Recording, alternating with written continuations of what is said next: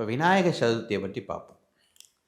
So இந்த விநாயகர் சதுர்த்தி ரொம்ப விசேஷமான ஒரு சதுர்த்தி. நம்ம முருகனுக்கு சஷ்டி, கந்த சஷ்டி எப்படின்னு சொல்கிறோம். அதுபோல் விநாயகருக்கு ஆவணி மாதம் வளர்ப்பிறையில் வர சதுர்த்தி விநாயகர் சதுர்த்தி. அவரோட ஜென்ம அது. ஸோ அன்னைக்கு அவரை நம்ம பூஜிக்கிறது நல்ல ஒரு பலனை கொடுக்கும். அந்த காலத்தில் களிமண்ணால் மண் விக்கிரகங்கள் பண்ணி அதை ஆற்றுல வச்சு பூஜை பண்ணி அதை தண்ணியில் கரைப்பா. ஏன் அப்படின்னா பஞ்சபூதங்களில் சேர்க்கும்போது நம்மளோட பாவங்கள்லாம் எதுவாக இருந்தாலும் தீர்ந்துடும். அந்த அளவுக்கு விசேஷமான விநாயகர். விநாயகர்கிட்ட என்னென்னா இதுதான் நீ கொடு அப்படின்னு அவர் கேட்கவே இல்லை.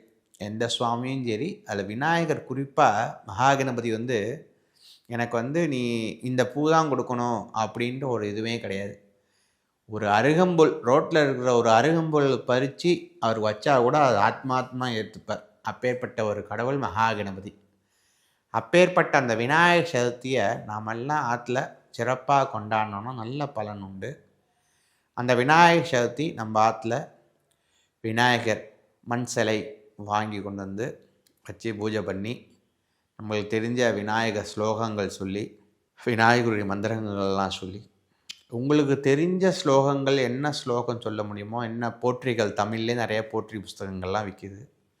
ஸோ அந்த ஸ்லோகங்கள்லாம் சொல்லி விநாயகருக்கு பிடிச்ச கொழுக்கட்டை, லட்டுகம், சுண்டல், சக்கரை பொங்கல் இதெல்லாம் நைவேத்தியம் பண்ணி விநாயகருக்கு பிடிச்ச அந்த அருகம்புல் மாலை சாத்தி விநாயகரை வழிபாடு பண்ணும்போது நம்ம விநாயகரோட பரிபூர்ண அனுகிரகமும் கிடைக்கும்.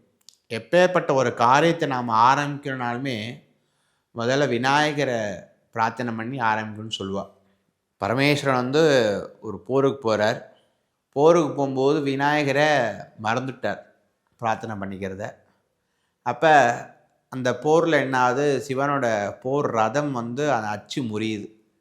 அதுக்கப்புறம் தான் உணர்றாரு விநாயகரை நம்ம பிரார்த்தனை பண்ணல அப்படின்ட்டு.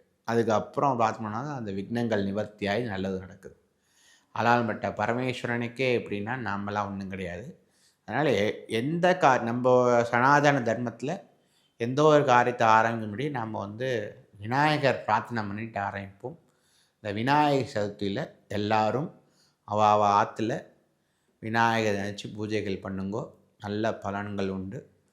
பக்கத்தில் இருக்க விநாயகர் ஆலயத்துக்கு சென்று விநாயகரை பிரார்த்தனை செய்து அருகம்புல் மாலை சாற்றி தேங்காய் சதற்காய் விடுங்க. உங்கள் பிரச்சனைகள்லாம் தீர்த்து நல்லது நடக்கும். விநாயகரோட பரிபூர்ண அனுகிரகத்தோடு எல்லோரும் சிவமாக இருக்குன்னு பிரார்த்திப்போம். நன்றி, வணக்கம்.